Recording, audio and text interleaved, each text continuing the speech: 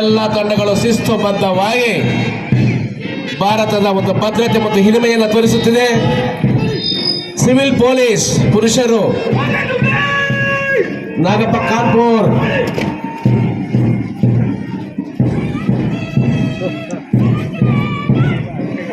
ಮುಂದಿನ ತಂಡ civil police ಮಹಿಳೆಯರು HK ರಾಜೇಶ್ವರಿ ಅವರ ನಾಯಕತ್ವದಲ್ಲಿ.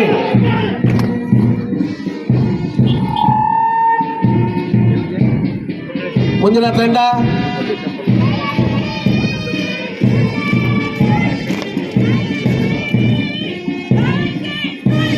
ಹೋಮ್ ಗಾರ್ಡ್ ಪುರುಷರು ದಿಲೀಪ್ ಕುಮಾರ್ ನಾಯಕತ್ವದಲ್ಲಿ ತಂಡ ಮುಟ್ಟುತ್ತಾ ಬರುತ್ತಿದೆ. ಹೋಮ್ ಗಾರ್ಡ್ ಮಹಿಳೆಯರು ತಿರುಚಲಿ ಮೇರಿ ಅವರ ನಾಯಕತ್ವದಲ್ಲಿ.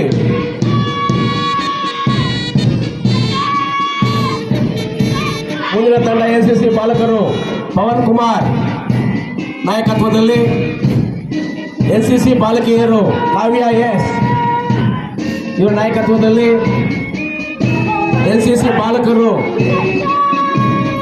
A ಸೇಟೂರ್ ಅವರ ನಾಯಕತ್ವದಲ್ಲಿ. NCC ಬಾಲಕಿಯರು ಅನುಷಾ ವಿ ನಾಯಕತ್ವದಲ್ಲಿ. NCC ಬಾಲಕರು ತರುಣ್ ಕುಮಾರ್ R. NCC ಬಾಲಕರು ಸೆಂಟ್ ಮೇರಿಸ್ ಪ್ರೌಢಶಾಲೆ ರಾಘವನ್ J. ಸೆಂಟ್ ತೆರೇಸಾ ಬಾಲಕರ ಪ್ರೌಢಶಾಲೆ ತಂಡ ಕುಮಾರಿ B. ಸಂಜನಾ ಅವರ ನಾಯಕತ್ವದಲ್ಲಿ. ವಾಣಿ ಶಾಲೆ V. ಮನೋಜ್ ಅವರ ನಾಯಕತ್ವದಲ್ಲಿ. ವಿಜೇಂದ್ರ ಪ್ರೌಢಶಾಲೆ ಅಭಿಷೇಕ್ M ಇವರ ನಾಯಕತ್ವದಲ್ಲಿ. ಎಲ್ಲ ತಂಡಗಳು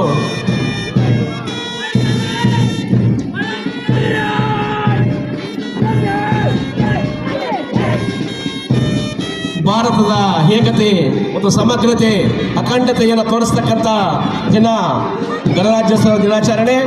ಈ ಸಂದರ್ಭದಲ್ಲಿ ಎಲ್ಲ ತಂಡಗಳು ಶಿಸ್ತುಬದ್ಧವಾಗಿ ಭಾಗವಹಿಸುತ್ತಾ ನೇರವಾಗಿ ನಿಲ್ಲಿಸಿ.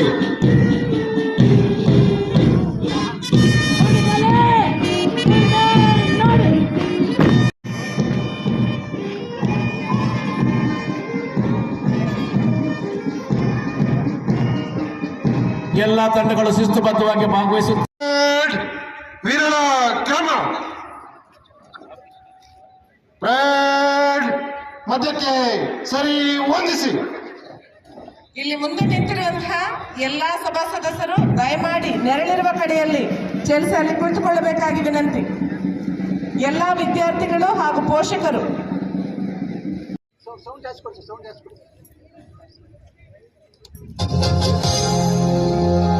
ಭಾರತ ಜನನಿಯ ಅನುಜಾತೆ ಜಯ ಹೇ ಕರ್ನಾಟಕ ಮಾತೆ, ಜಯ ಸುಂದರ ನದಿ ವನಗಳ ನಾಡೆ, ಜಯ ಹೇ ರಸ ರುಚಿಗಳ ಬೇರೆ.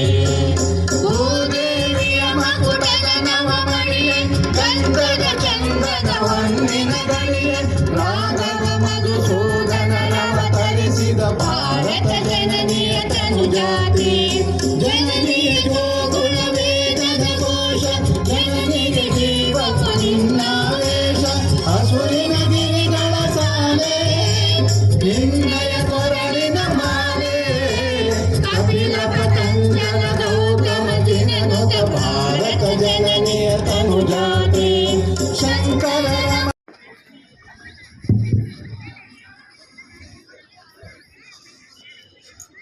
ಸೋಮಶೇಖರ್ ಅವರು ಪಥಸಂಚಲನೆಯ ನಾಯಕರು ಮಾನ್ಯ ಅಧ್ಯಕ್ಷರವರ ಅಪ್ಪಣೆಯನ್ನು ಪಡೆದು ತಂಡಗಳನ್ನು ವಿಸರ್ಜಿಸಲು ಮುಂದಾಗುತ್ತಿದ್ದಾರೆ. ಅದ್ಭುತವಾದ ಪ್ರಶ್ನೆ ಇರ್ತಕ್ಕಂಥ ಎಲ್ಲ ತಂಡಗಳಿಗೆ ಧನ್ಯವಾದಗಳು.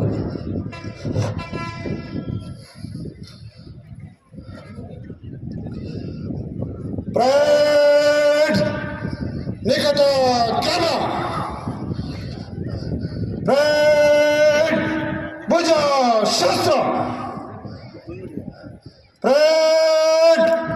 ಬಲಭಾಗದವರು ಬಲಕ್ಕೆ, ಎಡಭಾಗದವರು ಎಡಕ್ಕೆ, ಎಡಬಲ ತಿರುಗಿ. ಮಧ್ಯದಿಂದ ಮುಂದಕ್ಕೆ ಶೀಘ್ರ ನಡೆ.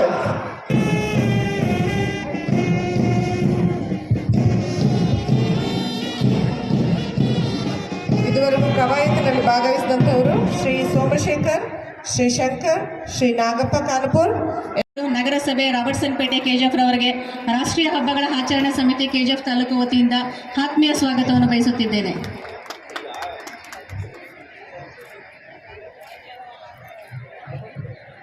ಈ ಒಂದು ಕಾರ್ಯಕ್ರಮಕ್ಕೆ ಆಗಮಿಸಿರುವ ಶ್ರೀ KM ಪವನ್ ಕುಮಾರ್ ಪೌರಾಯುಕ್ತರು ನಗರಸಭೆ ಕೆಜಿಎಫ್ ರವರಿಗೆ ರಾಷ್ಟ್ರೀಯ ಹಬ್ಬಗಳ ಆಚರಣಾ ಸಮಿತಿಯಿಂದ ಆತ್ಮೀಯ ಸ್ವಾಗತವನ್ನು ಬಯಸುತ್ತಿದ್ದೇನೆ.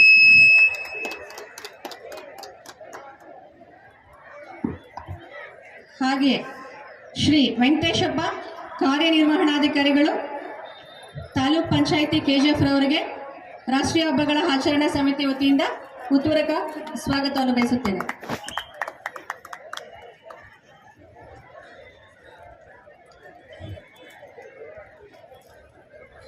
ಹಾಗೆಯೇ ಶ್ರೀ S ಪಾಂಡುರಂಗ ಆರಕ್ಷಕ ಉಪಾಧೀಕ್ಷಕರು ಕೆಜಿಎಫ್ ರವರಿಗೆ ರಾಷ್ಟ್ರೀಯ ಹಬ್ಬಗಳ ಆಚರಣಾ ಸಮಿತಿ ವತಿಯಿಂದ ಸ್ವಾಗತವನ್ನು ಬಯಸುತ್ತೇನೆ.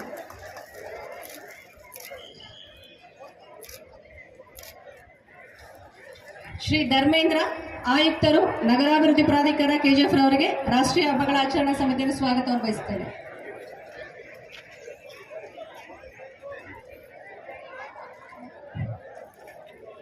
ಶ್ರೀಮತಿ ಸೈದಾಬಿ ಕ್ಷೇತ್ರ ಶಿಕ್ಷಣಾಧಿಕಾರಿಗಳು ಕೆಜಿಎಫ್ ರವರಿಗೆ ರಾಷ್ಟ್ರೀಯ ಹಬ್ಬಗಳ ಆಚರಣಾ ಸಮಿತಿಯಿಂದ ಸ್ವಾಗತವನ್ನು ಬಯಸುತ್ತೇನೆ.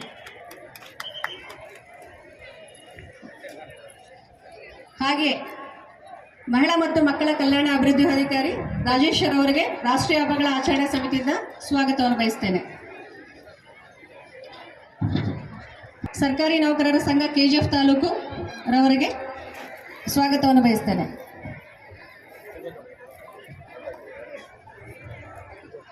ಉಪಾಧ್ಯಕ್ಷರು, ಸದಸ್ಯರು ಹಾಗೂ ನಾಮನಿರ್ದೇಶಿತ ಸದಸ್ಯರು ನಗರಸಭೆ ರಾಬರ್ಟ್ಸನ್ ಪೇಟೆ ಕೆಜಿಎಫ್ ಎಲ್ಲರಿಗೂ ನಾನು ರಾಷ್ಟ್ರೀಯ ಹಬ್ಬಗಳ ಆಚರಣಾ ಸಮಿತಿ ವತಿಯಿಂದ ಆತ್ಮೀಯ ಸ್ವಾಗತವನ್ನು ಬಯಸುತ್ತೇನೆ. ಹಾಗೆಯೇ ಕೆಜಿಎಫ್ ತಾಲೂಕಿನ ಎಲ್ಲ ಗ್ರಾಮ ಪಂಚಾಯಿತಿ ಅಧ್ಯಕ್ಷರು, ಉಪಾಧ್ಯಕ್ಷರು ಹಾಗೂ ಸದಸ್ಯರುಗಳಿಗೆ ರಾಷ್ಟ್ರೀಯ ಹಬ್ಬಗಳ ಆಚರಣಾ ಸಮಿತಿ ವತಿಯಿಂದ ಹೃತ್ಪೂರ್ವಕ ಸ್ವಾಗತವನ್ನು ಬಯಸುತ್ತೇನೆ. ಹಾಗೂ ಎಲ್ಲ ಸರ್ಕಾರಿ ನೌಕರರು, ಶಾಲಾ ಕಾಲೇಜು ಮಕ್ಕಳಿಗೂ ರಾಷ್ಟ್ರೀಯ ಹಬ್ಬಗಳ ಆಚರಣಾ ಸಮಿತಿಯಿಂದ ಸ್ವಾಗತವನ್ನು ಬಯಸುತ್ತೇನೆ. ಮತ್ತು ಕೆಜಿಎಫ್ ತಾಲೂಕಿನ ಎಲ್ಲ ಪತ್ರಿಕಾ ಮತ್ತು ಮಾಧ್ಯಮ ಮಿತ್ರರಿಗೆ ಹಾಗೂ ಸಮಸ್ತ ನಾಗರಿಕ ಬಂಧುಗಳಿಗೆ ರಾಷ್ಟ್ರೀಯ ಹಬ್ಬಗಳ ಆಚರಣಾ ಸಮಿತಿ ಕೆಜಿಎಫ್ ವತಿಯಿಂದ ಹೃತ್ಪೂರ್ವಕ ಸ್ವಾಗತವನ್ನು ಬಯಸುತ್ತೇನೆ. ಮತ್ತೊಮ್ಮೆ ತಮ್ಮೆಲ್ಲರಿಗೂ ಈ 76ನೇ ಗಣರಾಜ್ಯೋತ್ಸವ ದಿನಾಚರಣೆ ಶುಭಾಶಯಗಳನ್ನು ಹೇಳುತ್ತಾ ಶುಭಾಶಯಗಳನ್ನು ತಿಳಿಸುತ್ತೇನೆ. Jai Hind, Jai Karnataka. Welcome madam. A nation's culture resides in the hearts and in the souls of its people ಎನ್ನುವಂತಹ ಗಾಂಧಿಯ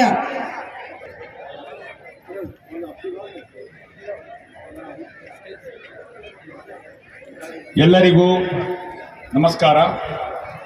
ಭಾರತದ 76ನೇ ಗಣರಾಜ್ಯೋತ್ಸವ ದಿನಾಚರಣೆಯ ಶುಭ ಸಂದರ್ಭದಲ್ಲಿ ಇಲ್ಲಿ ನೆರೆದಿರ್ತಕ್ಕಂಥ ಎಲ್ಲ ವಿದ್ಯಾರ್ಥಿನಿಯರಿಗೆ ಹಾಗೂ ಸಮಸ್ತ ನಾಗರಿಕರಿಗೆ ಭಾರತದ 76ನೇ ಗಣರಾಜ್ಯೋತ್ಸವದ ಹಾರ್ದಿಕ ಶುಭಾಶಯಗಳು. ಇಂದಿನ ಸಮಾರಂಭದಲ್ಲಿ ಅಧ್ಯಕ್ಷತೆ ವಹಿಸಿರ್ತಕ್ಕಂಥ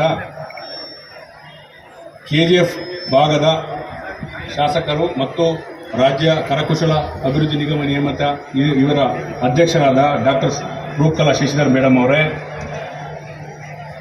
ಮುನ್ಸಿಪಲ್ ಕಮಿಷನರ್ ಶ್ರೀ ಪವನ್ ಕುಮಾರ್ ಅವರೇ, ತಹಶೀಲ್ದಾರ್ ಮೇಡಮ್ ನಾಗವೇಣಿ ಅವರೇ, ಹಾಗೂ ವೇದಿಕೆ ಮೇಲಿರ್ತಕ್ಕಂಥ ಎಲ್ಲ ತಾಲೂಕಾ ಮಟ್ಟದ ಅಧಿಕಾರಿಗಳೇ, ಎಲ್ಲ ಗಣ್ಯರೇ, ಅಧಿಕಾರಿಗಳೇ, ಸೋದರ ಸೋದರಿಯರೇ, ವಿದ್ಯಾರ್ಥಿಗಳೇ, ಇಂದು ನಾವು ಗಣರಾಜ್ಯೋತ್ಸವವನ್ನು ಸಂಭ್ರಮ ಮತ್ತು ಸಡಗರದಿಂದ ಆಚರಿಸುತ್ತಿದ್ದೇವೆ. ಈ ಗಣರಾಜ್ಯೋತ್ಸವವನ್ನು ನಾವು ಯಾಕೆ ಆಚರಣೆ ಮಾಡ್ತಾ ಇದ್ದೀವಿ ಅಂತ ಹೇಳಿದ್ರೆ, ನಮ್ಮ ದೇಶಕ್ಕೆ ಸ್ವಾತಂತ್ರ್ಯವು 1947ನೇ ಇಸ್ವಿ ಆಗಸ್ಟ್ 15ರಿಂದ ಬಂದಿದ್ದು ಅದು ಎಲ್ಲರಿಗೂ ತಿಳಿದಕ್ಕಂಥ ವಿಷಯ. ನಾವು ಅದನ್ನು ಸ್ವಾತಂತ್ರ್ಯ ದಿನಾಚರಣೆಯನ್ನು ಸಹ ಇದೇ ಶ್ರದ್ಧೆ ಸಡಗರದಿಂದ ನಾವು ಆಚರಣೆ ಮಾಡ್ತೇವೆ. ಹಾಗಾದರೆ ಗಣರಾಜ್ಯೋತ್ಸವ ಆಚರಣೆ ಅನ್ನೋದು ಯಾಕೆ ಮಾಡ್ತೀವಿ ಅನ್ನೋದರಿಂದ ಒಂದು ಹಿನ್ನೆಲೆ ತಿಳ್ಕೊಳ್ಬೇಕಾದ ಅಗತ್ಯತೆ ಇದೆ. ನಮ್ಮ ದೇಶದ ಅಂದಿನ ಸಂದರ್ಭದಲ್ಲಿ ನಮ್ಮ ದೇಶಕ್ಕೆ ನಮ್ಮದೇ ಆದ ಸಂವಿಧಾನವನ್ನು ರಚನೆ ಮಾಡ್ಕೋಬೇಕು, ಸಂವಿಧಾನವನ್ನು ನಮಗೆ ನಾವೇ ಕೊಡುಗೆ ಮಾಡ್ಕೋಬೇಕು ಅನ್ನೋಕ್ಕೆ ಎಲ್ಲ ಅಂದು ಇದ್ದಂಥ ಎಲ್ಲ ಹಿರಿಯ ಮುಖಂಡರುಗಳು ಒಂದು ತೀರ್ಮಾನ ಮಾಡಿ ಕಾನ್ಸ್ಟಿಟ್ಯೂಯೆಂಟ್ ಅಸೆಂಬ್ಲಿ ಅಂತ ಎಲೆಕ್ಷನ್ ಆಗ್ತದೆ. ಕಾನ್ಸ್ಟಿಟ್ಯೂಯೆಂಟ್ ಅಸೆಂಬ್ಲಿ ಎಲೆಕ್ಷನ್ ಆಗ್ತದೆ. ಆ ಎಲೆಕ್ಷನಲ್ಲಿ ಒಟ್ಟು 389 ಜನ ಆಯ್ಕೆಯಾಗಿ ಕಾನ್ಸ್ಟಿಟ್ಯೂಯೆಂಟ್ ಅಸೆಂಬ್ಲಿ ರಚನೆ ಆಗ್ತದೆ. ಅದು ಪ್ರಪ್ರಥಮವಾಗಿ ರಚನೆ ಆಗೋದು ಡಿಸೆಂಬರ್ 6, 1946ನೇ ಇಸ್ವಿ. ಆದರೆ ಅದು ಪ್ರಥಮವಾಗಿ ಸಭೆಯನ್ನು ಅಂದರೆ ಕಾನ್ಸ್ಟಿಟ್ಯೂಯೆಂಟ್ ಅಸೆಂಬ್ಲಿ ಸೆಷನ್ ಅಂತ ಏನು ಹೇಳ್ತೀವಲ್ಲ, ಮೊದಲನೇ ಸೆಷನ್ ಸ್ಟಾರ್ಟ್ ಆಗಿದ್ದು 9/12/1946ನೇ ಇಸ್ವಿಯಿಂದ. ಆ ದಿನದಂದು ಸಂವಿಧಾನ ಸಭೆ ಅಂತ ನಾವೇನು ಹೇಳ್ತೀವಿ, ಕಾನ್ಸ್ಟಿಟ್ಯೂಯೆಂಟ್ ಅಸೆಂಬ್ಲಿನ, ಅದರಲ್ಲಿ ಸಂವಿಧಾನ ಯಾವ ಥರ ಇರಬೇಕು ಅನ್ನೋದನ್ನು ಚರ್ಚೆ ಮಾಡಲಿಕ್ಕೆ ಸ್ಟಾರ್ಟ್ ಮಾಡ್ತಾರೆ. ಈ ರೀತಿ ಒಟ್ಟು 11 ಸೆಷನ್, 165 ದಿನಗಳಲ್ಲಿ 11 ಸೆಷನ್ನಲ್ಲಿ ಚರ್ಚೆ ಮಾಡ್ತಾರೆ. ಹಾಗಾಗಿ ನಮ್ಮ ಭಾರತ ದೇಶದ ಸಂವಿಧಾನದ ರಚನಾ ಸಮಿತಿ ಅಧ್ಯಕ್ಷರಾಗಿ ಡಾಕ್ಟರ್ BR ಅಂಬೇಡ್ಕರ್ ಅವರು ಸಹ ಅದರಲ್ಲಿ ಸಕ್ರಿಯವಾಗಿ ಪಾಲ್ಗೊಂಡು ಸಂವಿಧಾನ ರಚನಾ ಸಮಿತಿಯಲ್ಲಿ ತಮ್ಮ ಕೊಡುಗೆಗಳನ್ನು ನೀಡಿ ಈ ದಿನ 1949 26/11/1900 ಅಂದರೆ ನವೆಂಬರ್ 26, 1949 ಇಸ್ವಿಗೆ ಸಂವಿಧಾನವನ್ನು ಅಂಗೀಕರಿಸಲಾಗುತ್ತದೆ. ನವೆಂಬರ್ 26, 1949. 26 ಜನವರಿ 1950 ಇಸ್ವಿಗೆ ಸಂವಿಧಾನವನ್ನು ಜಾರಿಗೆ ತರ್ತಾರೆ. ಜಾರಿಗೆ ಬಂದ ಅಧಿಕೃತವಾಗಿ ಜನವರಿ 26, 1950 ಇಸ್ವಿಗೆ ಜಾರಿಗೆ ತಂದ ಸ್ಮರಣಾರ್ಥವಾಗಿ ನಾವು ಈ ದಿನ 76ನೇ ಗಣರಾಜ್ಯೋತ್ಸವವನ್ನು ಆಚರಣೆ ಮಾಡ್ತಾಯಿದ್ದೀವಿ. ನಮ್ಮ ಒಂದು ಸಾರ್ವಭೌಮ ಪ್ರಜಾಸತ್ತಾತ್ಮಕ ರಾಷ್ಟ್ರವಾಗಿ ಸಂವಿಧಾನವನ್ನು ನಮಗೆ ನಾವು ಅರ್ಪಿಸಿಕೊಂಡು ನಮ್ಮಿಂದ ನಮಗಾಗಿ ನಮಗೋಸ್ಕರ ಅಂದರೆ ಜನರಿಂದ ಜನರಿಗಾಗಿ ಜನರಿಗೋಸ್ಕರ, for the people by the people to the people ಅಂತ ಏನು ಹೇಳ್ತೀವಿ, ಅದ್ರ ಪ್ರಕಾರ ನಾವು ಸಂವಿಧಾನವನ್ನು ನಮಗೆ ನಾವೇ ಕೊಡುಗೆ ಅರ್ಪಿಸಿಕೊಂಡು ಅದರ ಹಿನ್ನೆಲೆಯಲ್ಲಿ ಅದರ ಅಡಿಯಲ್ಲಿ ನಾವೆಲ್ಲ ಈ ದಿನ ಈ ಸಂದರ್ಭದಲ್ಲಿ ನಮಗೆ ಏನು ಇಲ್ಲಿ ಒಂದು ವ್ಯವಸ್ಥೆಗಳಿದ್ದಾವೆ, ರೈಟ್ ಫ್ರಮ್ ಎಲ್ಲ ಭಾರತದ ರಾಷ್ಟ್ರಪತಿಯಿಂದ ಹಿಡಿದು ಕೊನೆಯ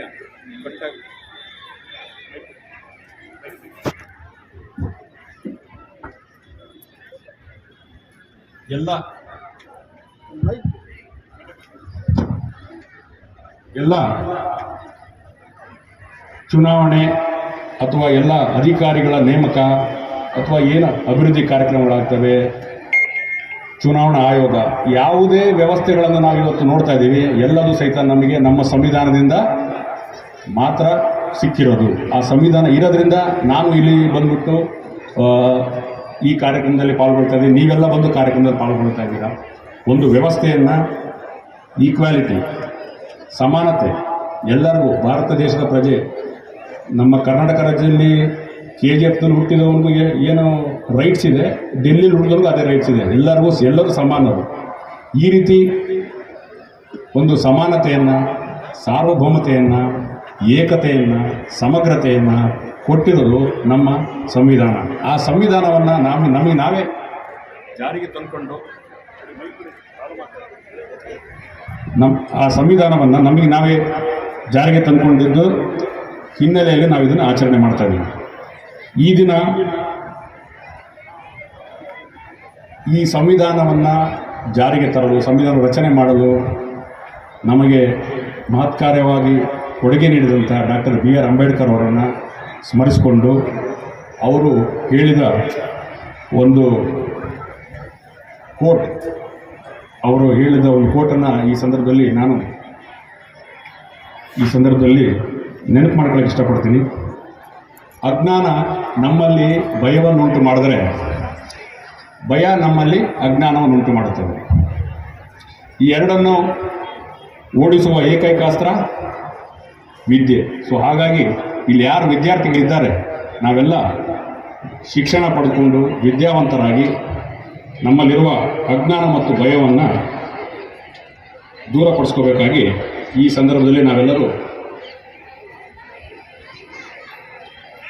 ತೀರ್ಮಾನ ಮಾಡಿ ಮುಂದಿನ ದಿನಗಳಲ್ಲಿ ದೇಶವನ್ನು ಎಲ್ಲ ಪೊಲೀಸ್ ಕೆಲಸ ಕಾರ್ಯಗಳಿಗೆ ಸದಾಕಾಲ ಮಾರ್ಗದರ್ಶನ ನೀಡ್ತಿರ್ತಕ್ಕಂಥ ನಮ್ಮ ಮಾನ್ಯ ಗೃಹ ಸಚಿವರು, ನಮ್ಮ DGP ಸಾಹೇಬರು ಮತ್ತು ನಮ್ಮ ಜಿಲ್ಲಾ ಉಸ್ತುವಾರಿ ಸಚಿವರು ಮತ್ತು ನಮ್ಮ KGF MLA madam doctor Roopakala madam ಅವರು, ಬಂಗಾರಪೇಟೆ MLA ಸಾಹೇಬರು ಎಲ್ಲರೂ ಸಹ ಭಾಳ ನಮಗೆ ಮತ್ತು ಎಲ್ಲ ಚುನಾಯಿತ ಪ್ರತಿನಿಧಿಗಳು ಸಹ ಅವ್ರದ್ದೇ ಆದ ಸಂದರ್ಭದಲ್ಲಿ ಸೂಕ್ತ ಸಹಕಾರ ಮತ್ತು ಸಲಹೆಗಳನ್ನು ನೀಡಿರುತ್ತಾರೆ. ಎಲ್ಲರ ಗಮನಕ್ಕೆ ತರೋದು ಇಷ್ಟಪಡೋದೇನಪ್ಪ ಅಂತ ಹೇಳಿದ್ರೆ 2023ನೇ ಇಸ್ವಿ 2024ನೇ ಇಸ್ವಿ, ಯಾಕೆಂದ್ರೆ ನಾವು ಪೊಲೀಸ್ ಇಲಾಖೆಯವರು ನಮ್ಮ ಕೆಲಸಗಳನ್ನು ನಾವು ತುಲನೆ ಮಾಡ್ಕೊಳ್ಳೋದು 2 ವರ್ಷದ ಅಪರಾಧಗಳ ಸಂಖ್ಯೆ ಮೇಲೆ. ಅಪರಾಧಗಳ ಸಂಖ್ಯೆ ಕಡಿಮೆ ಆಗಿದೆ ಅಂದ ತಕ್ಷಣ ನಾವು ಭಾಳ ಒಳ್ಳೆ ಕೆಲಸ ಮಾಡಿದ್ವಿ ಅಂತಲ್ಲ, ಬಟ್ ನಮ್ಮ ಪ್ರಯತ್ನ ಮಾಡಿದ್ದೀವಿ ಅನ್ನೋದನ್ನು ಎಲ್ಲರ ಗಮನಕ್ಕೆ ತರಕ್ಕೆ ಇಷ್ಟಪಡ್ತೀವಿ. 2023ನೇ ಇಸ್ವಿಗೆ ಮತ್ತು 2024ನೇ ಇಸ್ವಿಗೆ ನಾವು ಕಂಪೇರ್ ಮಾಡಿದಾಗ ಅಪಘಾತದಿಂದ ಮೃತಪಟ್ಟ ವ್ಯಕ್ತಿಗಳ ಸಂಖ್ಯೆ 2023ಕ್ಕಿಂತ 2024ರಲ್ಲಿ 6 ಜನ ಕಡಿಮೆ ಆಗಿದೆ. ಅದು ಸಾಧ್ಯ ಅಂತಲ್ಲ, ಕಡಿಮೆ ಮಾಡಲಿಕ್ಕೆ ನಾವು ಪ್ರಯತ್ನ ಮಾಡಿದ್ದೀವಿ. ಎಲ್ಲರ ಸಹಕಾರ ಮಾರ್ಗದರ್ಶನ ಸಿಕ್ಕಿದೆ, ಅದು ಒಂದು. ಅದೇ ಥರ ಮಾರಣಾಂತಿಕವಲ್ಲದ ರಸ್ತೆ ಅಪಘಾತ, ಅಂದರೆ ರಸ್ತೆ ಅಪಘಾತದಲ್ಲಿ ಗಾಯಾಳುಗಳ ಸಂಖ್ಯೆ, ಅಂದರೆ ಬರೀ ಗಾಯ ಅಂದರೆ ಮೃತರಾಗಿಲ್ಲ, ಅದು ಸಹಿತ ಒಂದು 30 ಸಂಖ್ಯೆ ಕಡಿಮೆ ಆಗಿದೆ. ಅದೇ ಥರ ಹಲ್ಲೆ ಪ್ರಕರಣ ಸಹಿತ ಒಂದು 30 ಕಡಿಮೆ ಆಗಿದೆ 2024ರಲ್ಲಿ. ಅದೇ ಥರ ಗುಂಪು ಗಲಭೆ ಪ್ರಕರಣಗಳು ಸಹಿತ ಒಂದು 20 ಪ್ರಕರಣ ಕಡಿಮೆ ಆಗಿದೆ. ಆದರೆ ನಾವು ಏನು ನಮ್ಮ ಕಡೆಯಿಂದ ಸಾಮಾಜಿಕ ಪಿಡುಗುಗಳು ಅಂದರೆ ಈಗ ಡ್ರಗ್ಸ್ ಬಗ್ಗೆ ಭಾಳಷ್ಟು ನಮ್ಮ MLA ಮೇಡಮ್ ಅವರು ಪ್ರತಿ ಟೈಮು ನಮಗೆ ಸಿಕ್ಕಾಗೆಲ್ಲ ಅವರು ಭಾಳ ಡ್ರಗ್ಸ್ ಬಗ್ಗೆ ನೀವು ಯಾವುದೇ ಥರನಾದ ರಾಜಿ ಮಾಡ್ಕೋಬೇಡಿ, ಭಾಳ ಚೆನ್ನಾಗಿ ಕೆಲಸ ಮಾಡಿ ನಮಗೆ ಭಾಳ ಪ್ರೋತ್ಸಾಹ ಕೊಡ್ತಾ ಇರ್ತಾರೆ ಮೇಡಮ್ ಅವರು. ಅವರ ಎಲ್ಲ ಪ್ರೋತ್ಸಾಹ, ಎಲ್ಲ ಮಾರ್ಗದರ್ಶನದಲ್ಲಿ, ನಮ್ಮ ಇಲಾಖಾ ಹಿರಿಯ ಮೇಲಾಧಿಕಾರಿಗಳ ಮಾರ್ಗದರ್ಶನದಲ್ಲಿ, ಎಲ್ಲ ನಮ್ಮ ಗೃಹ ಸಚಿವರನ್ನು ಒಳಗೊಂಡಂಥ ಎಲ್ಲ ಹಿರಿಯ ಅಧಿಕಾರಿಗಳ ಮಾರ್ಗದರ್ಶನದಲ್ಲಿ ನಾವು 2023ನೇ ಇಸ್ವಿಗಿಂತ 2024ನೇ ಇಸ್ವಿಯಲ್ಲಿ 35 kg ಗಾಂಜಾವನ್ನು ಹೆಚ್ಚಿಗೆ ನಾವು ವಶಪಡಿಸ್ಕೊಂಡಿದ್ದೀವಿ. ಅದು ಇನ್ನೂ ನಮಗೆ ಮುಂದಿನ 2025 ಇಸ್ವಿಯಲ್ಲಿ ಇನ್ನೂ ಹೆಚ್ಚಿಗೆ ಕೆಲಸ ಮಾಡಲಿಕ್ಕೆ ನಮಗೆ ಸ್ಫೂರ್ತಿ ಕೊಟ್ಟಿದೆ. ಈ ಸ್ಫೂರ್ತಿ ಕೊಡಲು ಕಾರಣರಾದಂಥ ಎಲ್ಲ ನಮ್ಮ ಇಲ್ಲಿನ ಎಲ್ಲ ಚುನಾಯಿತ ಪ್ರತಿನಿಧಿಗಳು, ವಿಶೇಷವಾಗಿ ಮಾನ್ಯ ಡಾಕ್ಟರ್ ರೂಪಕಲಾ ಶಶಿಧರ್ ಮೇಡಮ್ ಅವರಿಗೆ ಈ ಸಂದರ್ಭದಲ್ಲಿ ನಾನು ಧನ್ಯವಾದಗಳನ್ನು ತಿಳಿಸೋದಕ್ಕೆ ಇಷ್ಟಪಡ್ತೇನೆ. ಅದೇ ಥರ ಮೇಡಮ್ ಅವರು ಸಹಿತ ನಮಗೆ ಈ ಒಂದು ಪೊಲೀಸ್ ಇಲಾಖೆಯ ಕಾರ್ಯಕ್ರಮಗಳ ಬಗ್ಗೆ ಭಾಳಷ್ಟು ಆಸಕ್ತಿ ವಹಿಸಿ ಒಂದು 100 ಎಕರೆನ KSRP ಬೆಟಾಲಿಯನ್ ಸ್ಥಾಪನೆ ಮಾಡಲು ಬಂಗಾರದ ಗಡಿ ಸರ್ವೆ ನಂಬರ್ 2ರಲ್ಲಿ ಮಾನ್ಯ ಜಿಲ್ಲಾಧಿಕಾರಿಗಳು ಮತ್ತು ಎಲ್ಲ ಸರ್ಕಾರದ ಎಲ್ಲ ಹಂತದಲ್ಲಿ ಅಧಿಕಾರಿಗಳು ಪ್ರಯತ್ನ ಮಾಡಿ ಮಾನ್ಯ ಮೇಡಮ್ ಅವರ ಪ್ರಯತ್ನದಲ್ಲಿ ನಮಗೆ 100 ಎಕರೆ ಪೊಲೀಸ್ ಇಲಾಖೆಗೆ ಬಂದಿದೆ. ಅದಕ್ಕೂ ಸಹಿತ ನಾನು ಈ ಸಂದರ್ಭದಲ್ಲಿ ಮೇಡಮ್ ಅವರಿಗೆ ಧನ್ಯವಾದಗಳನ್ನು ತಿಳಿಸಲು ಇಷ್ಟಪಡ್ತೇನೆ. ಅದು ಆ ಹಿನ್ನೆಲೆಯಲ್ಲೂ ಸಹ KSRPಯಿಂದ ಅವರ ಅಧಿಕಾರಿಗಳು ಬಂದ್ಬಿಟ್ಟು ಆ ಒಂದು ಜಾಗನ ನೋಡ್ಕೊಂಡು ಹೋಗಿ ತಾತ್ಕಾಲಿಕವಾಗಿ ಒಂದು ಅವರ ಕಚೇರಿಯನ್ನು ಸ್ಥಾಪನೆ ಮಾಡಲು ನಮ್ಮ ಜೊತೆಗೆ ಚರ್ಚೆ ಮಾಡ್ತಾ ಇರ್ತಾರೆ. ಅವರಿಗೊಂದು ತಾತ್ಕಾಲಿಕ ಕಚೇರಿಯನ್ನು ಸಹಿತ ನಮ್ಮ ಪೊಲೀಸ್ ಇಲಾಖೆಯಲ್ಲಿ ಇರ್ತಕ್ಕಂಥ ಒಂದು ಕಟ್ಟಡ ಯಾವುದಾದ್ರು ಕೊಡಬೇಕು ಅನ್ನೋದ್ರ ಬಗ್ಗೆ ಚರ್ಚೆ ನಡೀತಾ ಇದೆ. ಅದನ್ನು ಸಹಿತ ಮುಂದಿನ ದಿನಗಳಲ್ಲಿ ತಮ್ಮೆಲ್ಲರ ಗಮನಕ್ಕೆ ತರಲಾಗುವುದು. ಈಗ ಪ್ರಿಲಿಮಿನರಿ ಸ್ಟೇಜಲ್ಲಿದೆ ಡಿಸ್ಕಷನ್, ಇಷ್ಟೆಲ್ಲ ಆಗಿದೆ. ಮತ್ತು ಲಾಸ್ಟು 2024ನೇ ಇಸ್ವಿ ಮಾರ್ಚ್ ತಿಂಗಳಲ್ಲಿ ಮೇಡಮ್ ಅವರು ನಮಗೆ ಪೊಲೀಸ್ ಇಲಾಖೆಯ ಸೌಲಭ್ಯಕ್ಕಾಗಿ 2 ವಾಹನಗಳನ್ನು ನೀಡಿರುತ್ತಾರೆ. ಅದಕ್ಕೂ ಸಹ ಮಾನ್ಯ ಮೇಡಮ್ ಅವರಿಗೆ ಈ ಸಂದರ್ಭದಲ್ಲಿ ನಾನು ಧನ್ಯವಾದಗಳನ್ನು ತಿಳಿಸಲು ಇಷ್ಟಪಡ್ತೇನೆ. ಅದೇ ಥರ ನಮ್ಮ ಬಂಗಾರಪೇಟೆ MLA ಸಾಹೇಬರು ಅವರು ಸಹಿತ ಅವರ ಶಾಸಕ ಅನುದಾನದಿಂದ 2 ವಾಹನಗಳನ್ನು ಕೊಟ್ಟಿದ್ದಾರೆ. ಮತ್ತು ಮೇಡಮ್ ಅವರು ಈಗ ಆಲ್ರೆಡಿ ಅವರು ನಮಗೆ ಇನ್ನೂ ವಾಹನ ಕೊಡ್ತೀವಿ ಅಂತ ಅವರು ನಮಗೆ ಭರವಸೆ ಕೊಟ್ಟಿದ್ದರಿಂದ ನಾನು ಅದ್ರ ಬಗ್ಗೆ ಮೇಡಮ್ ಅವರು ಮುಂದೆ ಕೊಡ್ತಾರೆ ಅಂತ ಈ ಸಂದರ್ಭದಲ್ಲಿ ಆಶಿಸುತ್ತಾ, ಈ ಸಂದರ್ಭದಲ್ಲಿ ನಮಗೆ ಮತ್ತೆ ಇನ್ನೂ ಒಂದು ವಿಚಾರ ತಮ್ಮೆಲ್ಲರ ಗಮನಕ್ಕೆ ತರಕ್ಕೆ ಇಷ್ಟಪಡ್ತೀನಿ. DPO ಕಚೇರಿ KGFನಲ್ಲಿ ನಗರಸಭಾ ವತಿಯಿಂದ ಮೇಡಮ್ ಅವರು ಮತ್ತು ಈ ಜಿಲ್ಲಾಧಿಕಾರಿಗಳವರ ಒಂದು ಪ್ರಯತ್ನದಿಂದ ರೈನ್ ವಾಟರ್ ಹಾರ್ವೆಸ್ಟಿಂಗ್ ಸಿಸ್ಟಮ್ ನಾವು ಮೇಡಮ್ ಅವರು ಮಾಡಿಸ್ಕೊಟ್ಟಿದ್ದಾರೆ ನಗರಸಭೆ ವತಿಯಿಂದ. ಒಂದು ಸಮುದಾಯ ಭವನ ನಮ್ಮ ಜಿಲ್ಲಾ ಪೊಲೀಸ್ ಕಚೇರಿಯಲ್ಲಿ ಈಗ ನಿರ್ಮಾಣ ಹಂತದಲ್ಲಿದೆ, ಮುಗಿಯುವ ಹಂತದಲ್ಲಿ ಬಂದಿದೆ. ಈ ರೀತಿಯಾಗಿ ಪೊಲೀಸ್ ಇಲಾಖೆಯ ಕೆಲಸಕ್ಕೆ ನಮಗೆ ಸತತವಾಗಿ ಮಾರ್ಗದರ್ಶನ ನೀಡುತ್ತಿರ್ತಕ್ಕಂಥ ಮಾನ್ಯ ಗೃಹ ಸಚಿವರು, ಮಾನ್ಯ ಜಿಲ್ಲಾ ಉಸ್ತುವಾರಿ ಸಚಿವರು, ಮಾನ್ಯ ಮೇಡಮ್ ಅವರು, ಮಾನ್ಯ SN ಸಾಹೇಬರು ಇವರು ಮತ್ತು ಎಲ್ಲ ಚುನಾಯಿತ ಪ್ರತಿನಿಧಿಗಳನ್ನು ಈ ಸಂದರ್ಭದಲ್ಲಿ ನೆನೆಸ್ತಾ, ಈ ಸಂದರ್ಭದಲ್ಲಿ ನನಗೆ ಅಂತ ಈ ಸಂದರ್ಭದಲ್ಲಿ ಹೇಳಕ್ಕೆ ಇಷ್ಟಪಡ್ತೀನಿ. ಯಾಕಂದರೆ ಇವಾಗ ಬರ್ತಾ ಇರುವಂತಹ ಪೀಳಿಗೆಗಳಿಗೆ ಅದರ ಮಹತ್ವ ತಿಳ್ಕೊಳ್ತಾ ಇರೋದು ಕಡಿಮೆ. ಶಾಲೆಯಲ್ಲಿ ನಾವು ಅದನ್ನು ಎತ್ತು ಹಿಡಿದು ಹೇಳ್ತೀವಿ, ಬಟ್ ಈ ಹಬ್ಬಗಳನ್ನು ನಮ್ಮ ಧಾರ್ಮಿಕ ಹಬ್ಬಗಳಷ್ಟೇ ನಾವು ಮಹತ್ವವನ್ನು ನೀಡಿ ಪ್ರತಿಯೊಂದು ಭಾರತೀಯ ಮನೆಯಲ್ಲಿನೂ ಈ ಎರಡು ಹಬ್ಬಗಳನ್ನು, ರಾಷ್ಟ್ರೀಯ ಹಬ್ಬಗಳನ್ನು ನಾವು ಆಚರಣೆ ಮಾಡ್ಕೊಂಡು ಬಂದಾಗ ಮಾತ್ರ ನಮ್ಮ ಮುಂದಿನ ಪೀಳಿಗೆಗಳಿಗೆ ನಾವು ಈ ಒಂದು ಸಂವಿಧಾನದ ಸಂದೇಶವನ್ನು, ಸ್ವಾತಂತ್ರ್ಯದ ಒಂದು ಇತಿಹಾಸವನ್ನು ಹೇಳ್ಕೊಂಡು ಹೋಗೋಕ್ಕೆ ಸಾಧ್ಯ ಆಗುತ್ತೆ. ಸೊ ಈ ಸಂದರ್ಭದಲ್ಲಿ ಎಲ್ಲರಿಗೂ ನಾನು ಶುಭಾಶಿತ ಹೇಳ್ತಾ, ಅಲಂಕರಿಸಿರುವ ಗಣ್ಯರು, ವೇದಿಕೆಯ ಮುಂಭಾಗದಲ್ಲಿರುವಂಥ ವಿದ್ಯಾರ್ಥಿಗಳು, ಶಿಕ್ಷಕರು, ಪೋಷಕರು, ಎಲ್ಲ ಗಣ್ಯರಿಗೂ ಇವತ್ತು 76ನೇ ಗಣರಾಜ್ಯೋತ್ಸವದ ಶುಭಾಶಯಗಳನ್ನು ಕೋರುತ್ತಾ, ಪ್ರತಿಯೊಬ್ಬ ಭಾರತೀಯರಾದ ನಾವು ಹೆಮ್ಮೆಯಿಂದ ಆಚರಿಸುವ ಸಂವಿಧಾನ ದಿನ ಇದು. ಭಾರತದ ಪ್ರಜಾಪ್ರಭುತ್ವದ ತಾಯಿ ಎಂದು ಇಡೀ ವಿಶ್ವದಲ್ಲಿ ನಂಬಿಕೆಗೆ ಪಾತ್ರವಾಗಿದೆ.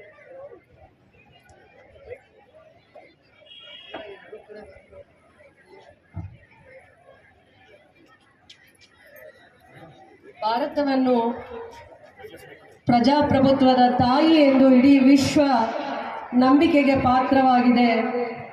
India is the motherland of democratic system. Republic Day is celebrated for the adoption of our own constitution. The vision of the constitution laid the foundation for the secular India. Republic Day is a remembrance and tribute to many freedom fighters. To safeguard the democracy, the people must have taken keen sense of the independence and self-respect and should insist upon choosing the right representatives. Only such person can contribute. Democracy is not a form of government, it is a preliminary mode of associated living, of conjoined community. ನಂತರ ನಮ್ಮದೇ ಆದ ಸಂವಿಧಾನದ ಕೊರತೆಯ ಅನುಭವ ಇವತ್ತು ನಾವು ಸಂವಿಧಾನದ ಹಬ್ಬವನ್ನು ಆಚರಿಸ್ತಾ ಇದ್ದೀವಿ, ರಾಷ್ಟ್ರೀಯ ಹಬ್ಬಗಳನ್ನು ಆಚರಣೆ ಮಾಡ್ತಾ ಇದ್ದೀವಿ. ಭಾರತ ಸಂವಿಧಾನವು ತತ್ವಗಳನ್ನು, ಮೌಲ್ಯಗಳನ್ನು ಭರಿತವಾಗಿರುವ ಸಂಪೂರ್ಣತೆಯನ್ನು ಕಾಪಾಡ್ಕೊಂಡು ಬಂದಿದೆ. ಭಾರತ ಸಂವಿಧಾನ ತತ್ವಗಳ ಮೇಲಿದೆ, ಮೌಲ್ಯಗಳ ಮೇಲಿದೆ, ನಂಬಿಕೆ ಮೇಲಿದೆ, ಸಂಸ್ಕೃತಿ ಮೇಲಿದೆ, ವೈವಿಧ್ಯತೆ ಮೇಲಿದೆ. ಅದನ್ನು ಎತ್ತಿ ಹಿಡಿಯುವ ನಮ್ಮ ಸಂವಿಧಾನ ಇದಾಗಿದೆ. ಎಲ್ಲ ರೀತಿಯ ತಾರತಮ್ಯವನ್ನು ಮೆಟ್ಟಿ ನಿಲ್ಲಿ ನ್ಯಾಯದ ಹಾದಿಯಲ್ಲಿ ನಡೆಯುವ ಈ ಸಂವಿಧಾನವನ್ನು ಸ್ಮರಿಸುವ ದಿನ ಇದಾಗಿದೆ. ಡಾಕ್ಟರ್ BR ಅಂಬೇಡ್ಕರ್ ಅವರು KGF ನಗರಕ್ಕೆ ಭೇಟಿ ಕೊಟ್ಟಿರ್ತಾರೆ. ಅವರ ನೆನಪಾಗಿ ಕೂಡ ನಾವು ಸಂಕೀರ್ಣವನ್ನು ನಿರ್ಮಾಣ ಮಾಡ್ತಾ ಇದ್ದೀವಿ. ಸರ್ಕಾರದಿಂದ 2 ಕೋಟಿ ಅನುದಾನವನ್ನು ಕೊಟ್ಟಿದ್ದಾರೆ. 10 ಎಕರೆ ಜಾಗವನ್ನು ನಾವು ಮಂಜೂರು ಮಾಡಿದ್ವಿ. 8 ಎಕರೆ ಜಾಗವನ್ನು ಸುವರ್ಣ ಭವನದ ಮುಂದೆ ಮಂಜೂರು ಮಾಡಿದ್ದೀವಿ. 8 ಎಕರೆ.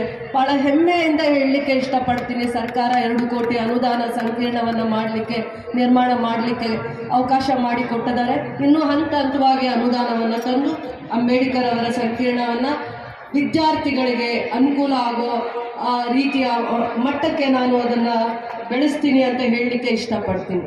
ಅದೇ ಅಲ್ಲದೆ ನಾನು KC ರೆಡ್ಡಿ ಅವರ ಹುಟ್ಟಿದ ಊರಿನಲ್ಲಿ ಕ್ಯಾಸಂಬಳ್ಳಿಯಲ್ಲಿ ನಾವು 20 ಕೋಟಿ ಅನುದಾನದಲ್ಲಿ ಮೊರಾರ್ಜಿ ಶಾಲೆಯನ್ನು ನಮ್ಮ ಸರ್ಕಾರ ಮಂಜೂರು ಮಾಡಿದೆ.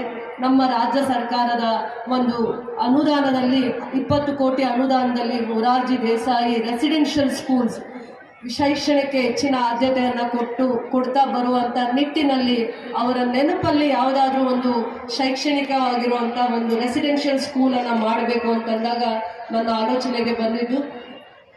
ಕಂದಾಯ ಇಲಾಖೆಯೂ ಕೂಡ ಅದಕ್ಕೆ ಜಾಗ, ಸೂಕ್ತವಾಗಿರುವಂಥ ಜಾಗ 6 ಎಕರೆ ಜಾಗವನ್ನು ಕೊಟ್ಟಿದ್ದಾರೆ. 8 ಎಕರೆ ಜಾಗವನ್ನು ಕೊಟ್ಟಿದ್ದಾರೆ ಮೊರಾರ್ಜಿ ದೇಸಾಯಿ ಸ್ಕೂಲ್ಗೂ ಕೂಡ. ಅದನ್ನು ಭಾಳ ಹೆಮ್ಮೆಯಿಂದ ಹೇಳ್ತೀನಿ. ಈಗಾಗಲೇ ನಮಗೆ 2 ಮೊರಾರ್ಜಿ ದೇಸಾಯಿ ಶಾಲೆಗಳಿದ್ದಾವೆ.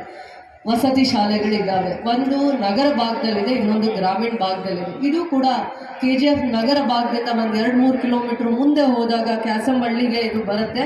ಬಹಳ ಜನ ವಿದ್ಯಾರ್ಥಿಗೆ 6ನೇ ಕ್ಲಾಸಿಂದ ಹಿಡಿದು 10ನೇ ಕ್ಲಾಸ್ವರೆಗೂ ಉತ್ತಮವಾಗಿರುವಂಥ ವಿದ್ಯಾಭ್ಯಾಸಕ್ಕೆ ಅನುಕೂಲ ಆಗುವ ನಿಟ್ಟಿನಲ್ಲಿ ಈ ಭಾಗದಲ್ಲಿ ಗಡಿ ಭಾಗ ಮತ್ತು ಗ್ರಾಮೀಣ ಪ್ರದೇಶ ಮತ್ತು ನಗರ ಭಾಗದಲ್ಲಿರುವಂಥ ಮಕ್ಕಳಿಗೆ, ಇಡೀ ಜಿಲ್ಲೆಯ ಮಕ್ಕಳಿಗೆ ಯೋಗ್ಯವಾಗಿರುವಂಥ ವಿದ್ಯಾ ಸವಲತ್ತು ಮತ್ತು ಅವರಿಗೆ ಬೇಕಾಗಿರುವಂಥ ಸ್ಕೂಲು ಇನ್ಫ್ರಾಸ್ಟ್ರಕ್ಚರ್ಗೆ ಯೋಗ್ಯವಾಗಿರುವಂಥ ಎಲ್ಲ ಸೌಕರ್ಯಗಳನ್ನು ಸರ್ಕಾರ 20 ಕೋಟಿ ಅನುದಾನದಲ್ಲಿ ಮಾಡೋದ್ರಿಂದ ಇದು ಕೂಡ ಒಂದು ಹೆಮ್ಮೆಯ ವಿಚಾರ ಆಗಿದೆ. ಮತ್ತು ನಗರ ಭಾಗದಲ್ಲಿ ಪದವಿ ಪೂರ್ವ ಕಾಲೇಜಿನ ಆವರಣದಲ್ಲಿ PU ಕಾಲೇಜ್ ಇದೆ. ಆ ಕಾಲೇಜಿಗೆ ಕೂಡ ನಾವು ಬೇರೆ CSR ಫಂಡಲ್ಲೂ ಕೂಡ ಒಂದು 4 ಕೋಟಿಯಷ್ಟು ಅನುದಾನವನ್ನು ತಂದು ಅದನ್ನು ನಾವು ಕರ್ನಾಟಕ ಪಬ್ಲಿಕ್ ಸ್ಕೂಲಲ್ಲಿ ಎಷ್ಟು ನಗರ ಭಾಗದಲ್ಲಿ ಶಾಲೆಗಳಿದ್ದಾವೆ ಅದನ್ನು ನಗರ ಭಾಗದಲ್ಲಿರುವಂಥ ಎಲ್ಲ ಶಾಲೆಗಳನ್ನು ಒಂದೇ ಹತ್ರ ಶೆಲ್ಟರ್ ಕೊಟ್ಟು ಆ ಮಕ್ಕಳಿಗೆ ಹೈಸ್ಕೂಲು ಮತ್ತು PU ಮಕ್ಕಳಿಗೆ ಒಂದು ಒಳ್ಳೆಯ ರೀತಿಯ ಉತ್ತಮವಾಗಿರುವಂಥ ಎಜುಕೇಷನ್ ಅಂದರೆ ಸ್ಮಾರ್ಟ್ ಕ್ಲಾಸಸ್ನ ಮಾಡುವಂಥ ದೂರದೃಷ್ಟಿಯಿಂದ ಇನ್ಫೋಸಿಸ್ನ ನಾವು CSR ಆ್ಯಕ್ಟಿವಿಟಿಯಲ್ಲಿ 4 ಕೋಟಿ ಅನುದಾನವನ್ನು ತರಲಿಕ್ಕೆ ಯಶಸ್ವಿಯಾಗಿದ್ದೀವಿ. ಬರುವ ಮುಂದಿನ ದಿನದಲ್ಲಿ ಅದರ ಎಲ್ಲ ಪ್ಲ್ಯಾನ್ ಮಾಡಿದ್ದಾರೆ, DPR ಮಾಡಿದ್ದಾರೆ. ಹಂತ ಹಂತವಾಗಿ ಎಜುಕೇಷನ್ಗೆ ನಾನು ಎಷ್ಟು ಶೈಕ್ಷಣಿಕ ಸುಧಾರಣೆಗಳನ್ನು ತರಲಿಕ್ಕೆ ನಾನು ಹಂತ ಹಂತವಾಗಿ ನನ್ನ ಪ್ರಯತ್ನವನ್ನು ಮಾಡಿದ್ದೀನಿ. ಅದಾದಮೇಲೆ ನಾವು ಪದವಿ ಕಾಲೇಜುಗಳು ನಗರ ಭಾಗದಲ್ಲಿ ಒಂದಿದೆ, ಗ್ರಾಮೀಣ ಭಾಗದಲ್ಲಿ ಒಂದಿದೆ. ನ್ಯಾಕ್ ಅಪ್ಗ್ರೇಡ್ ಕೊಟ್ಟ ಆದಮೇಲೆ ಇಡೀ ಜಿಲ್ಲೆಯಲ್ಲಿ ನಾವು 10 ಕೋಟಿ ಅನುದಾನವನ್ನು ತರಲಿಕ್ಕೆ ಅವಕಾಶ ಮಾಡಿಕೊಟ್ಟಕ್ಕೆ ಅವಕಾಶ ಆಯಿತು. ಇಡೀ ಜಿಲ್ಲೆಯಲ್ಲಿ ಎಲ್ಲಿ ಕೂಡ 10 ಕೋಟಿ ಅನುದಾನವನ್ನು ತರಲಿಕ್ಕೆ ಆಗಲಿಲ್ಲ.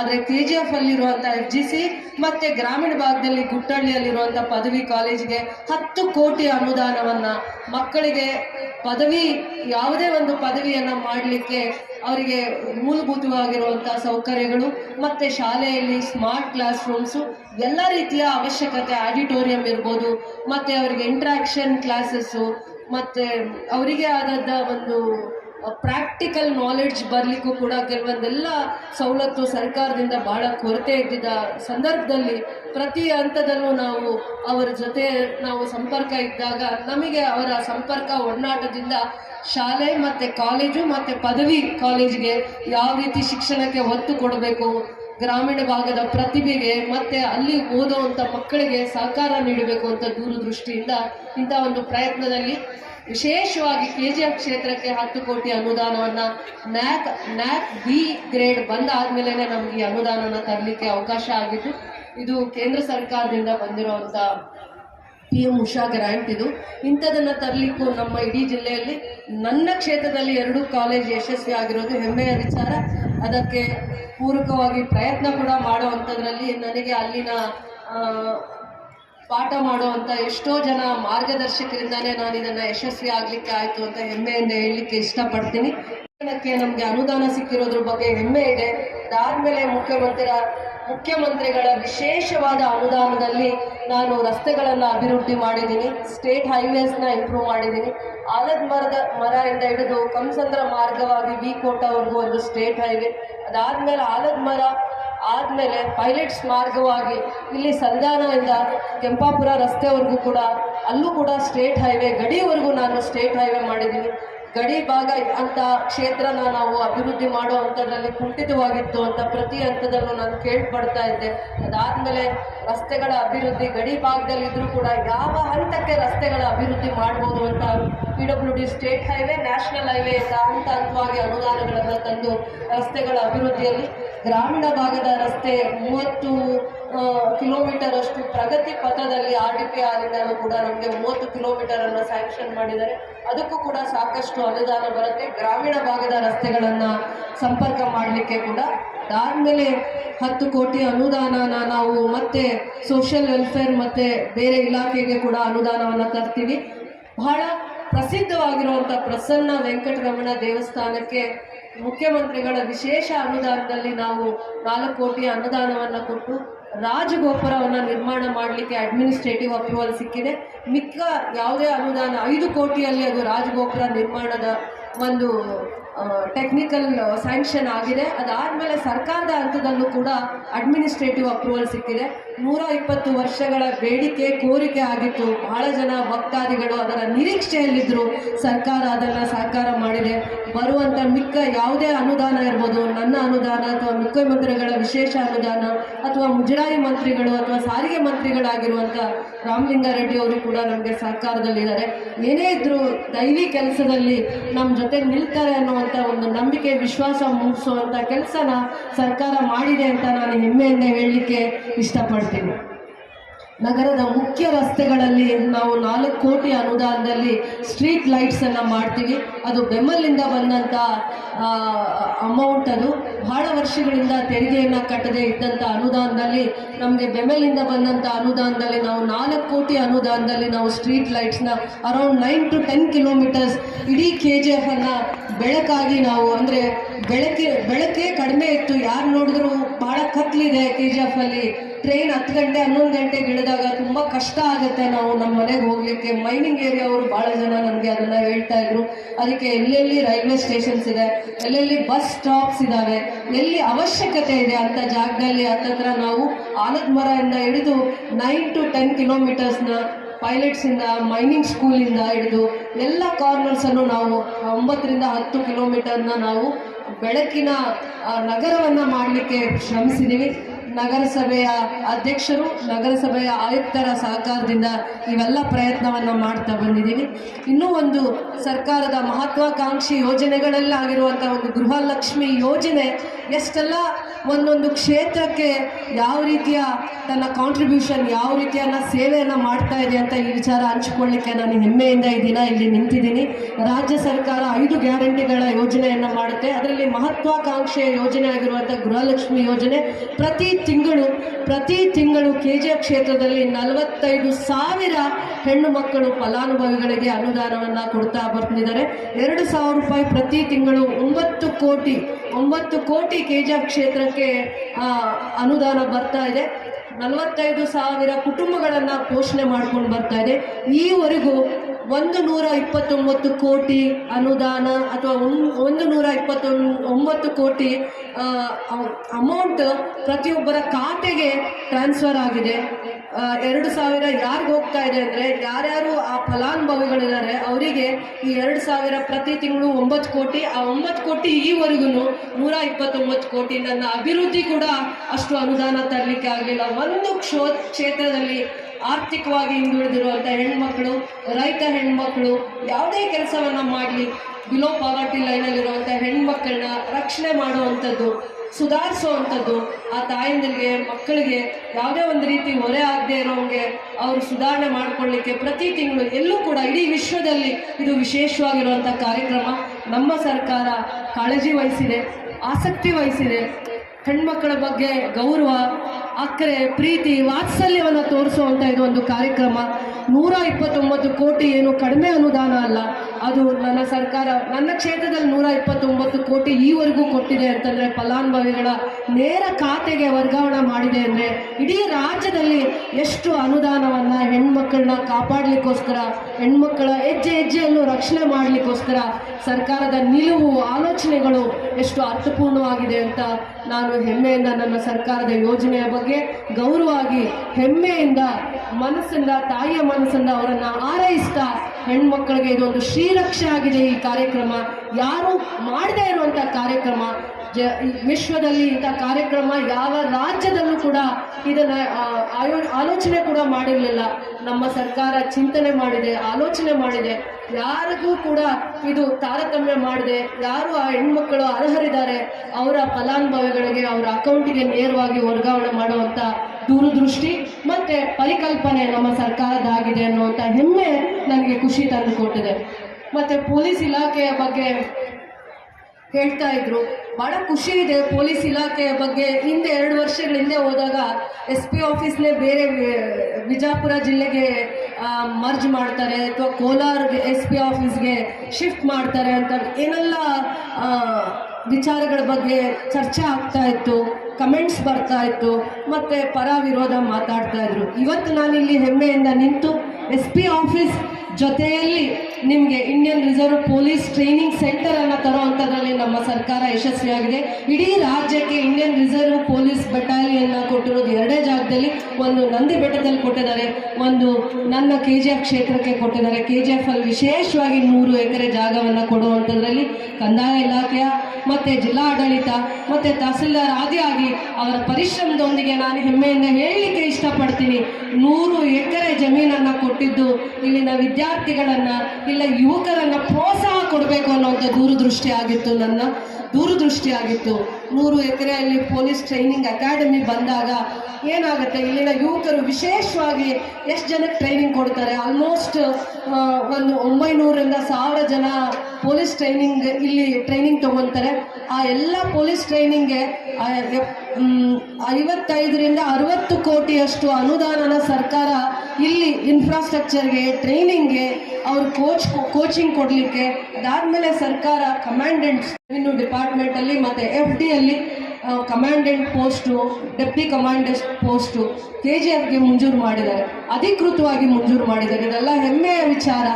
ಇಲ್ಲಿ KGF ಅಂದರೆ ಹಿಂದೆ ಬೇರೆ ಮಾತಾಡ್ತಾ ಇದ್ರು, ಇವತ್ತು KGF ಅಂದರೆ ಒಂದು police battalion training centre, campus ಇದೆ, ಅಕಾಡೆಮಿ ಇದೆ ಅಂತ ನನ್ನ ಮುಂದಿನ ಯುವಕರು, ವಿದ್ಯಾರ್ಥಿಗಳು, ಎಜುಕೇಟೆಡ್ಸು ಬಂದು ಅದನ್ನು ನೋಡಿ ಇನ್ಸ್ಪೈರ್ ಆಗಿ ಅವ್ರ ಲೈಫಲ್ಲೂ ಕೂಡ ನಾನು ಮುಂದಿನ ಕಮಾಂಡೆಂಟ್ ಆಗಬೇಕು, ಪೊಲೀಸ್ ಅಧಿಕಾರಿ ಆಗಬೇಕು, ನಾನು ಕೂಡ ಪೊಲೀಸ್ ಇಲಾಖೆಗೆ ಸರ್ವಿಸ್ ಮಾಡಬೇಕು ಅಂತ ಮುಂದಿನ ಯಂಗರ್ ಜನ್ರೇಷನ್ಗೆ ಆ ಥರದ್ದೊಂದು ಇನ್ಸ್ಪಿರೇಷನ್ ಬರಬೇಕು ಅಂತ ದೂರದೃಷ್ಟಿ ಇಟ್ಕೊಂಡು ನನ್ನ ಸ್ವಾರ್ಥ ಆಗಿತ್ತು 100 ಎಕರೆ ಜಾಗ ಕೊಡಬೇಕು ಅಂತ. ಅದಾದಮೇಲೆ ನನ್ನ ಸರ್ಕಾರದಲ್ಲೇ ಈ ಕಾರ್ಯಕ್ರಮನ ಯಶಸ್ವಿ ಮಾಡಬೇಕು ಅನ್ನುವಂಥ ಒಂದು ಆಲೋಚನೆ, ಚಿಂತನೆ ಇತ್ತು.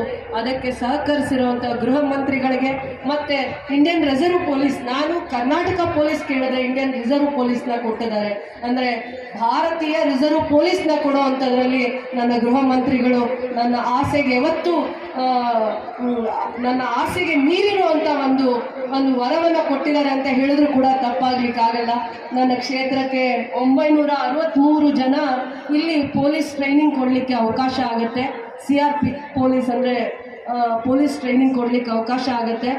Commandant post, deputy commandant post, assistant commandant ಪೋಸ್ಟ್ನ ಎಲ್ಲ ಸರ್ಕಾರ ಮಂಜೂರು ಮಾಡಿದೆ ಕಳೆದ 3-4 ತಿಂಗಳಲ್ಲಿ.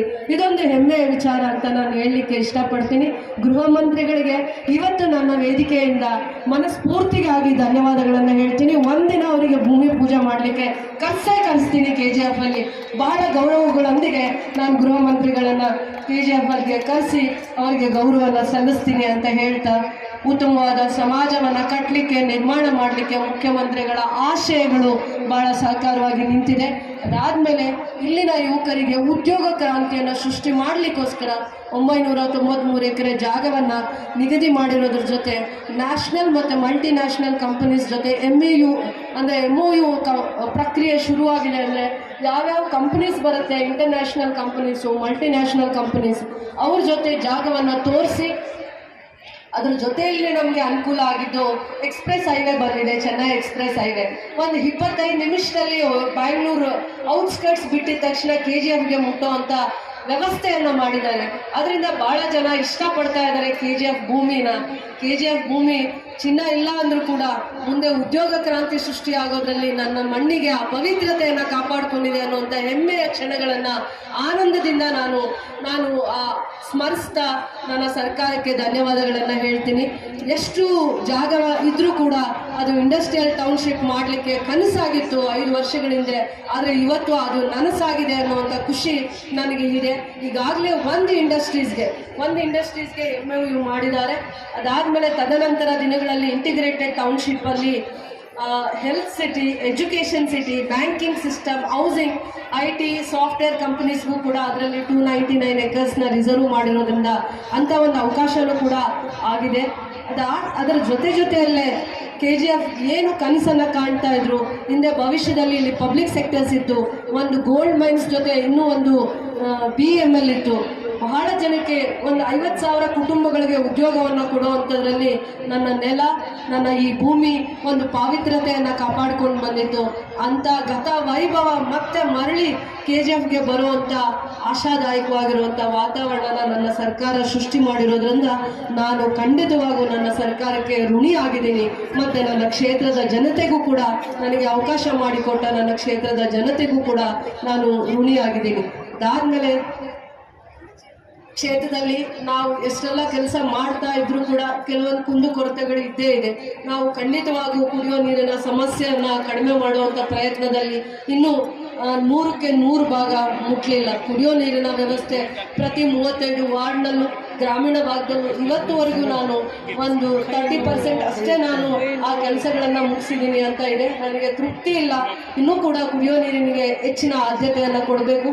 ಮತ್ತು ಎಲ್ಲ ವಾರ್ಡ್ಸಲ್ಲೂ ಕೂಡ ಸೇಫ್ಟಿ ಮೆಜರ್ಸ್ ಕೊಡಲಿಕ್ಕೆ ಎಲ್ಲೆಲ್ಲಿ ಅವಶ್ಯಕತೆ ಇದೆ ಅದಕ್ಕೆ ಅನುಗುಣವಾಗಿ ನಗರಸಭೆಯ ಸದಸ್ಯರ ಜೊತೆ ಕೂತು ಇನ್ನೂ ಹೆಚ್ಚಿನ ನಾನು ಸಮಯವನ್ನು ಕೊಟ್ಟು ಅಭಿವೃದ್ಧಿಗೆ ಚಿಂತನೆಯನ್ನು ಮಾಡ್ತಾ ಇದ್ದೀನಿ. ಶಾಲೆಗಳಿಗೆ ಒತ್ತನ್ನು ಕೊಡ್ತೀನಿ. ಜೊತೆಯಲ್ಲಿ ಸಾರ್ವಜನಿಕರಿಗೆ, ಪೋಷಕರಿಗೆ ಎಷ್ಟು ಸಹಕಾರ ನೀಡಿ ನಾನು ಈ ನಗರದ ಅಭಿವೃದ್ಧಿಯ ಪಥದ ಕಡೆ ನಡೆಸೋದಕ್ಕೋಸ್ಕರ ಅವರ ಸರ್ಕಾರ ಅವರ ಮಾರ್ಗದರ್ಶನವನ್ನು ತಗೊಳ್ಳಿಕ್ಕೆ ನಾನು ಇಚ್ಛಪಡ್ತೀನಿ.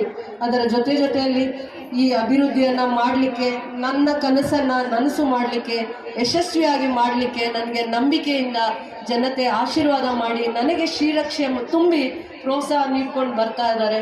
ಅದಾದಮೇಲೆ the duty must be perform, let the efforts be successful or let the work be appreciated or not. When a man is sincerely working or a capacity are proven, even his enemies also respect. ಆ ಥರ doctor B.R. Ambedkar ಹೇಳ್ತಾರೆ, I have to perform my duty. ನಾನು ನನ್ನ ಕೆಲಸವನ್ನು ಅಷ್ಟೇ ಮಾಡಬೇಕು.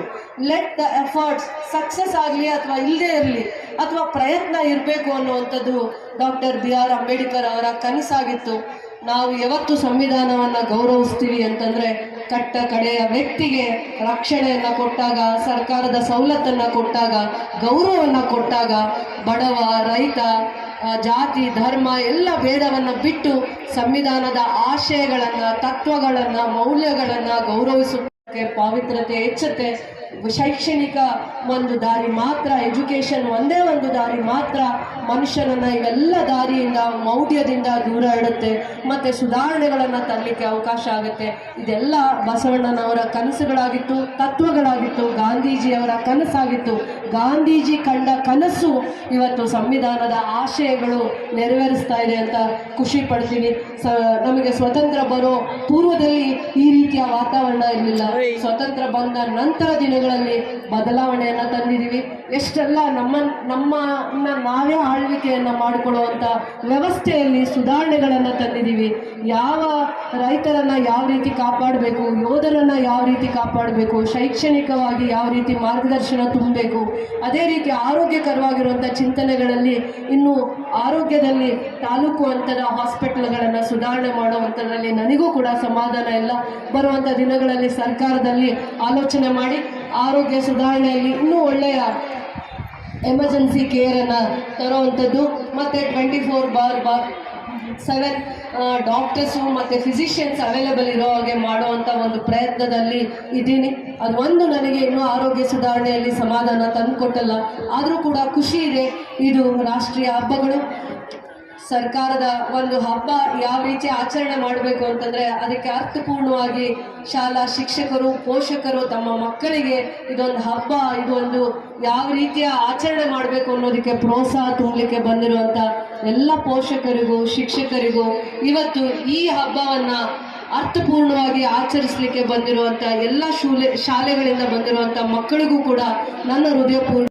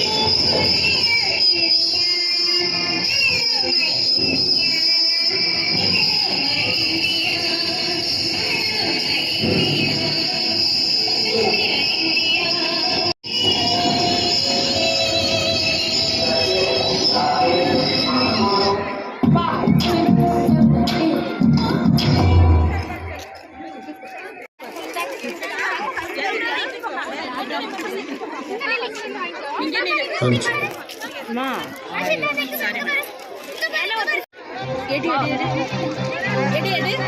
Indira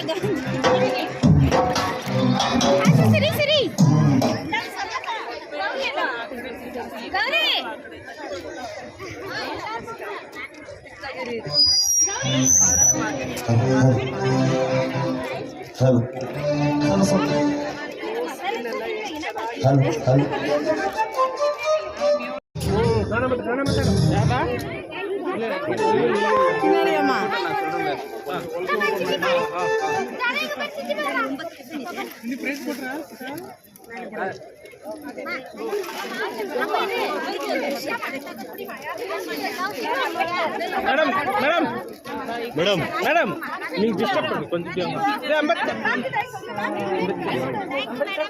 Ambedkar sir ಹಿಂಗೆ ಬರ್ಬೋದು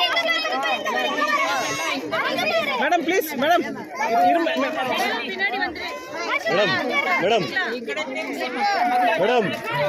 ಒಂದು ನಿಮಿಷ ಇರಿ.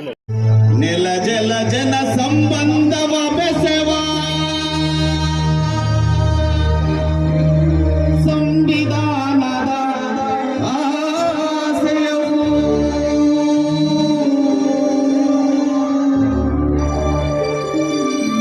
ಭಾರತವೆಂದರೆ ತ್ರಿವರ್ಣ ಧ್ವಜವು ಗಡಿಯೋ ಗಡಿಯೊಳಗಿನ ನೆಲವು ಗಡಿಯೋ ಗಡಿಯೊಳಗಿನ ನೆಲವು ನೆಲ ಜಲ ಜನ ಸಂಬಂಧವ ಬೆಸವ ಸಂವಿಧಾನದ ಆಶಯವು ಸಂವಿಧಾನದ ಆಶಯವು ಸಂವಿಧಾನದ ಆಶಯವು ಜೈ ಭಾರತ ಜೈ ಜೈ ಭಾರತ ಜೈ ಭಾರತ ಜೈ ಜೈ ಭಾರತ.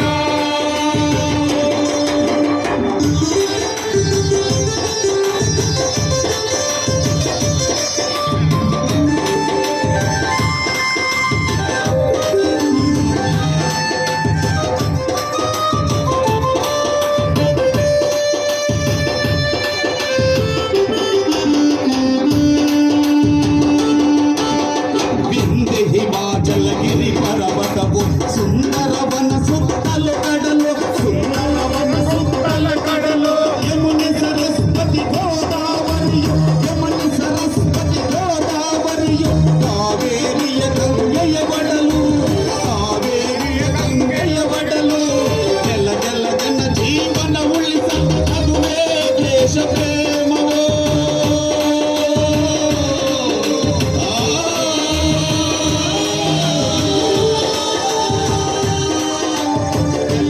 ಜನ ಜೀವನ ಉಳಿಸಲು ಅದುವೇ ದೇಶ ಪ್ರೇಮವು ಅದುವೇ ದೇಶ ಪ್ರೇಮವು ಅದುವೇ ದೇಶ ಪ್ರೇಮವು.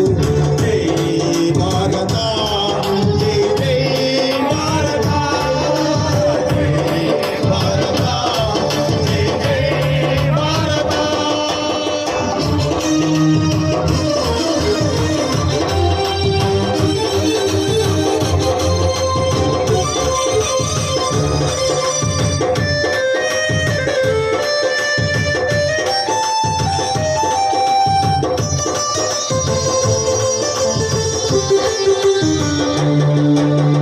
ಭಾರತವೆನ್ನಲು ದೇಶದ ಜನರು ದುಡಿದು ದೇಶವ ಕಟ್ಟವರು ದುಡಿದು ದೇಶವ ಕಟ್ಟವರು ಗಡಿ ಕಾಯುವರು ಕಸ ಗುಡಿಸುವರು ಹೊಲಗದ್ದೆಯಲ್ಲಿ ದುಡಿದವರು ಹೊಲಗದ್ದೆಯಲ್ಲಿ ದುಡಿದವರು ಭಾರತ ಮಾಡುತ್ತ ಜನಹಿತ ಕಾಯ್ದರು ಅದುವೇ ದೇಶ ಪ್ರೇಮವು.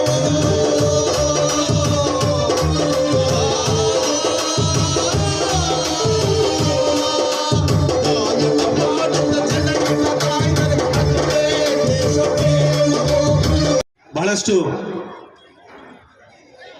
ಯುದ್ಧಗಳಲ್ಲಿ ಭಾಗವಹಿಸಿರ್ತಕ್ಕಂಥವ್ರು ಸುಬೇದಾರ್ ಮರಾಠ ಲೈಟ್ ಇನ್ಫ್ಯಾಂಟ್ರಿ.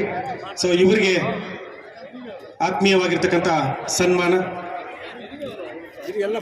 ಸೂಚಿಸ್ತಕ್ಕಂಥದ್ದು ಅವರಿಗೆ ಸನ್ಮಾನವನ್ನು ಮಾಡುವ ಮುಖಾಂತರ ಅವರಲ್ಲಿ ಮತ್ತಷ್ಟು ಪ್ರೋತ್ಸಾಹ ಮತ್ತೆ ಅವರಿಗೆ ಶುಭ ಕೋರಿ ಈ ಒಂದು ಪ್ರಮಾಣ ಪತ್ರಗಳನ್ನು ನೀಡತಕ್ಕಂಥ ಒಂದು ವಾಡಿಕೆಯನ್ನು ನಾವು ಮಾಡ್ಕೊಂಡು ಬಂದಿದ್ದೇವೆ. ಸೊ ಅದನ್ನ ನಮ್ಮ ಮಾನ್ಯ ಶಾಸಕರು ಮತ್ತೆ ವೇದಿಕೆಯಲ್ಲಿರ್ತಕ್ಕಂಥ ಎಲ್ಲ ಗಣ್ಯರು ಕೂಡ ನಡೆಸ್ಕೊಡ್ತಾ ಇದ್ದಾರೆ. ಎಲ್ಲ ಸನ್ಮಾನವನ್ನು ಮಾಡ್ತಿರ್ತಕ್ಕಂಥ ಎಲ್ಲ ಗಣ್ಯರಿಗೆ ಧನ್ಯವಾದಗಳು. ಸನ್ಮಾನವನ್ನು ಸ್ವೀಕರಿಸುತ್ತಿರುವ ಎಲ್ಲರಿಗೂ ಕೂಡ ಈ ಒಂದು ವೇದಿಕೆ ಪರವಾಗಿ ಧನ್ಯವಾದಗಳು ಅರ್ಪಿಸ್ತೇನೆ. ಮುಖದಲ್ಲಿ ಸ್ಮೈಲ್ ಇಲ್ವಲ್ಲ, ಹಿಂಗೆ ಅದು